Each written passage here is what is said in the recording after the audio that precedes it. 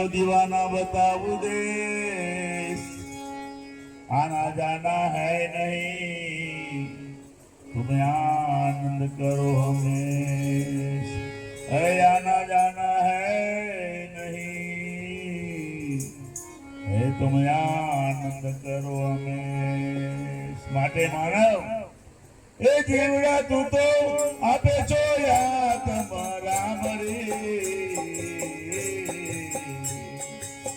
ખાલી ખબર વિના ખોળતો એ જીવડા તને એ જીવડા તું તો આપે છો યાદ તમારા મરી ખાલી ખબર વિના ખોળતો તારો મરડો મોયો માયાની મજા રે હાલે જજવાના નિરડોળતો એ તારો મરડો મોયો માયાની મજા રે હાલે જજવાના નિરડોળતો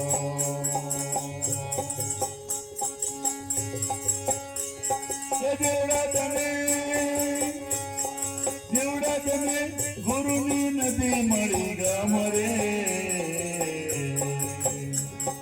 પાકણ પલગા માથે પોડતો જેવડા તને ગુરુની નદી મળી ગમરે પાગન પાયણ મધે પોડતો તારું મરડો મોયો માયાની મજા રે પાગન પાયણ મધે પોડતો નગર તુદે એ નગર તુદો આપે જોયા તમારા મને હાલે ખબર વિના ખોળતો હાલે ખબર વિના ખોળતો સંતો મહાપુરુષ નકાર છે કે તું આત્મા છો તારે કઈ કરવાનું આવતું નથી તને તારી મસ્તી મળે ક્યારે હસ્તી ખો તો મસ્તી હસ્તીનો ઓળખો છે શું એટલે તો મીરાબાઈ બોલ્યા મીરાબાઈ હુકમ રોહિદાસ બાપુના શિષ્ય હતા ત્યાં તમારે રોક્યા વિના ભવના ફેર્યા નહીં કરે તારે ભ્રમણા ભાગ્યા વિના લગ ચોરાસી નહીં મળે તો કોણ છે ઓળખ આત્મા છે શું દર્શી મહેતા કીધું કે આત્મ તત્વ ચીન્યો નહીં ત્યાં લગી સાધના સર્વે જૂઠી આ મનુષ્યનો દેહ તાળો હેરે ગયો માળખાની જેમ દૃષ્ટિ ઉઠી કે આત્મ તત્વ તે ઓળખ્યો નહીં ત્યાં લગી તારી બધી સાધનાઓ કદાચ જપ કર તપ કર તીર્થ કર કોટી યજ્ઞ કર કદાચ કાશી યજ્ઞ તું કરવો દે ને તો પણ તને મોહ પાસે મુક્તિ મળવાની નથી મહાપુરુષો કે તું આત્મને ઓળખ એમ આત્મ તત્વ ચીનો નહીં ત્યાં લગી સાધના સર્વે જૂઠી અને મનુષ્યનો દેહ તાળો હેરે ગયો માનવનો જન્મ છેલ્લા 900 વર્ષ બાકી છે ને ત્યારે સાહેબ પસ્તાવો થશે એને હાયમાં આપણો પ્રાણ છૂટી જશે એટલે મહાપુરુષો કહે કે એ માનવ તું પોતે આત્મા છો પણ તને ખબર છે નહીં તું પોતે છો આત્મ રામ રે ખબર વિના દૂર ખોરતો તારું મનડું મોયું માયાની મંજાર તારું મનડું માયા માયા એટલે જેમાં કાંઈ મળવા પાત્ર છે નહીં માયા એટલે જે કાંઈ મળવા પાત્ર નથી એમાં તું મહેનત કરી રહ્યો છો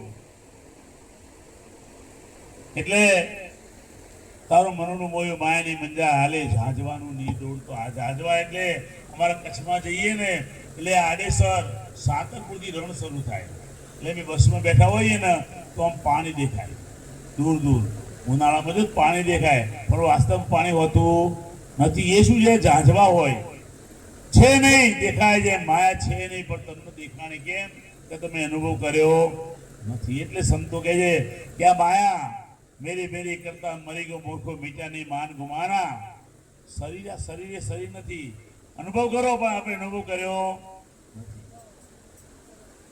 कि मैंने मेरी करता मरी को मूर्खो मीठा नहीं मान गुमाना एक पलक में फटा हो जाएगा रंग पतंग समाना पतंगे रंग एक दी उड़ी जैसे माटे महापुरुषो कहे કે તારું મનડું માયામાં જેમાં કાંઈ મળવા પાત્ર છે તમે ગમે તેમ દોડો જ્યાં જવાના નહીં, એમાં ગમે તેમ આગળ જાવ ત્યાં પાણી હોતું પછી છેવટે તને છેલ્લા શ્વાસમાં પસ્તાવો થશે. માટે સંતોએ સારો કર્યો કે કાંઈ પણ પ્રાપ્ત કરવું હોય તો આપણે કોઈ વડીલ કે અનુભવી પુરુષનો સંગ કરવો જ પડે. કોઈ જાતે શીખી શકતું, સાયકલ શીખવી હોય ને તો પણ કોઈ વ્યક્તિનો અનુભવી પુરુષનો સહારો લેવો પડે. ડ્રાઇવિંગ શીખવું હોય તો કોઈ અનુભવીનો સહારો લેવો પડે. એમ સંતો મહાપુરુષો કહીએ કે તને ગુરુ એટલે અનુભવી પુરુષ. તને ગુરુની નથી મળી ગામ, પાખંડ પલંગમાંથી ખોડતું. તને અવિદ્યા નારીનો સંગ, લોભનો પછેડો માથે ઓળતું. તને ગુરુની ગામ જો સત્તુ કે આપણને આમ જાણો તો કોકને કીધું કે હે કોણગેરમાં ચૂડેલ માર પહોંચી ગયા. હરમ જો કોઈ તમને ટાઈમ પત્ર લખ્યો નથી. અરે મહાપુરુષો મેઘલી ગીતમાં રોહિદાસ બાપુ આવે કે તમે જો એ માનવ સમાજ એ ચમાર હોવા છતાં પણ કીધું કે માં સગાદી મંડળ કે અંતરમાં ઉપજે વિકાર, પણ વાત નહીં મનાય, એ તો ચાલે જ નહીં. જો રોહિદાસ આપણો હોય તો સાચા દીકરા હોઈએ તો એની વાત આપણે ફિટ થવી જોઈએ, પણ આપણે ના કરી. કારણ કે આપણે સંતોને કોઈ દી ગણ્યા જ નહીં. સમજ્યા? આંબેડકર જેવાને જો કાળા વાવટા બતાવ્યા હોય તો રોહિદાસનું કોણ માને કે માં સગાદી મંડળ કે અંતરમાં ઉપજે વિકાર, આ કાયનો દોષ લાગે સત ભાગે રોઈ દાસ. પણ આપણે મેળવીને હજી રણુજા જાય રામાપીને એ બીજના દિવસે બધાય બીજના ગામડે ભજન હોય. પર રોહિત રામદેવ પીરે કે ભાઈ તું પહેલા ભજન ગાતા મોણ મારી વાત સ્વીકારશું કે ચોરી ડારી માંસ મજીરા પરનારી પરંડા પરહરો. ચોરી ના કરો, ડારી એટલે જુગાર ના રમો, ચોરી ડારી માંસ ન ખાઓ. પણ આ તો ચાલ રવિવાર ફરજિયાત જોઈએ. સમજ્યા? ચોરી ડારી માંસ મદિરા એટલે દારૂ ન પીઓ. ચોરી ડારી માંસ મદિરા પરનારી પર નિંદા પરહરો. ભાવે ભજો ભગવાન શુદ્ધ રામ દે કે તમે જુગો જુગ અમર જીવો. પણ આપણાથી થાય વાતો પડવાની પણ સ્વીકારવાની નહીં. આ સમાજના હીરાઓના બોલાઈ ગયા. જેસલ, તોરલ, માંગદે, રૂપાદે, લાખો, લોયા, એ કુબોરાનો તમે જુઓ. આ હીરાના આપણી પારખ કરી નહીં. એટલે મહાપુરુષો કહે કે તને ગુરુની નથી મળી ગમ, પછી પાખંડ જેમાં કાંઈ મળવા પાત્ર નથી એમાં આપણે મહેનત કરીએ. ભગવાનના કોઈ દેવ દેવીને માનીએ, નારીએમાં એ માતાજી કામ કરે તો એટલે 10 રૂપિયા નારીએમાં સમજી જશે. આપણે જો કેટલા ભગવાન બનાવી છે, બાદ નારિયેળ આપણે કઈ જોજો, નારિયેળ ફોડીએ, સોતરા કાઢ્યા, પછી ફોડીએ એટલે ટોપરું લઈ લે, બધું મૂકી દીધું મંદિર આગળ. આપણા કોમનું છે નહીં, ટોપરું લઈ લીધું. એમ સંત મહાપુરુષો કહે કે તને ગુરુની નથી મળી ગમ, પાખંડ પલંગમાંથી પોડતો. અવિદ્યા નારીનો સંગ, વિદ્યા જે કાંઈ તને મળવા પાત્ર નથી એને માની લીધું. એમાં તું મહેનત કરી રહ્યો છો. પછી તે લોભનો પછેડો, પછી આ સત્સંગ, જો સત્સંગ છે ને કેસથી ઉતા જો ચોક રાસ કરવા હોય તો આખી રાત બેસી જાય. પણ પરમાત્માનું ભજન હોય ને, એક ઘડી આધી બે પુનિયાત એ તુલસી સંદગી કટે કોટી. પણ ના હોય હવે 12 વાગે સુઈ જવું પડશે ભાઈ. અને જો રાસ રમાતો હોય તો આખી રાત કૂદીએ આપણે. એમ સંતોમાં આવા લોભનો પછેડો કર્યો છે. સમજ્યા? આપણને વાતો સંતો કરે, પણ આજે તો શું શિક્ષિત યુગ આવી ગયો છે.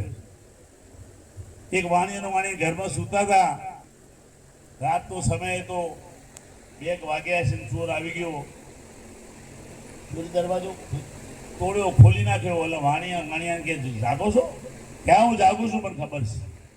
ચોર ઘરમાં આવી ગયો, છેક અંદર આવ્યો એટલે વાણી કાનમાં કીધું કે તમે જાગો છો? કે હોવા, મને ખબર છે, તું બીજા પીડા.